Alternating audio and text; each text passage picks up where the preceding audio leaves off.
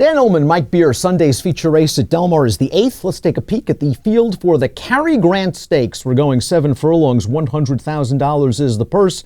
Cal bred, Cal sired, Cal eligible, a field of 6. Let's take a look at the Timeform U.S. pace projector for this elongated 7/8 of a mile sprint. Grinning Tiger, the 2, expected to make the early lead, and I could certainly see that, especially considering that some of the other speeds, Oliver cutting back in distance. I think Grinning Tiger can make the lead with a fairly aggressive ride.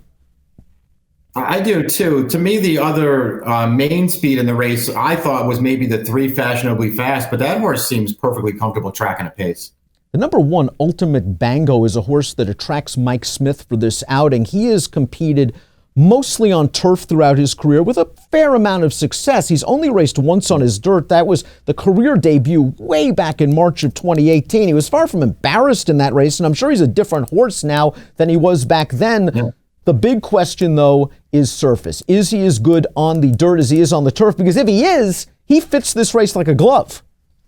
I agree. I think if he can run his recent turf races on the dirt right now, he's going to be a handful in this race. I don't know if he can do it, but I mean, it's not like his dirt debut was terrible, and he basically ran the figure in that race that he was running on turf soon thereafter. So maybe he'll handle it. And if he handles it, he's a major player in this race. I'm using this horse. Number 2 is Grinning Tiger, a horse that's gone turf to dirt successfully in the past. He's going to try it again. We'll go back to his most recent dirt start, 2 back at Los Alamitos. He has already assumed command. He got a very nice trip in this race. He must have pressed like a 65-1 shot on the outside, took over on the far turn, and he's just going to keep going. Now, it's possible that he's just a Los Alamitos wonder. His last 2 victories have come there, and he's run at Del Mar against similar competition in the past, has gone off at big prices, and has yet to really replicate these Los Al performances. If you believe the buyers from his last 2 races, one on turf at Santa Anita, and this race, he's a fit.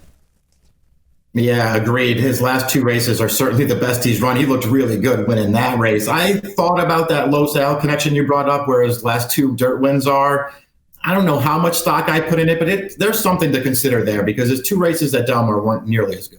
Fashionably Fast has won 3 races in a row, including this effort at Fresno in the Harris Farm Stakes. I like the fact that he's tactical. Mike mentioned he had early speed in the open. He's sitting on the outside right here, and he's going to get this job done with a 3-wide bid. It looks like he's in deep water. He grinds them down. I think another good trip is coming here. I think he's just going to park right off the 2 Grinning Tiger.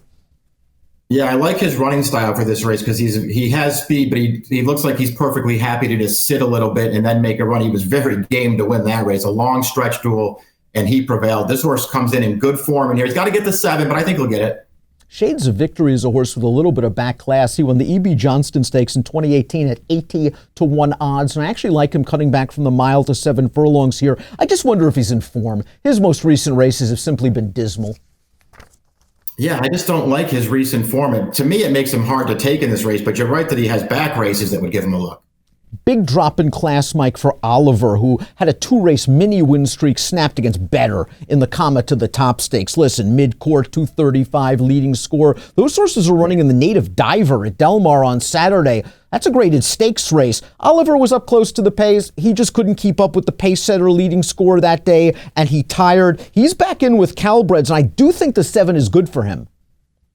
I like the cutback, too. He looked okay, I thought, winning at the mile, 2 back at Los Al. But even his race prior to that at Del Mar, I thought was even better, going 6.5. I think this is more what he wants to do. And he's another horse with tactical speed. He's a contender in here.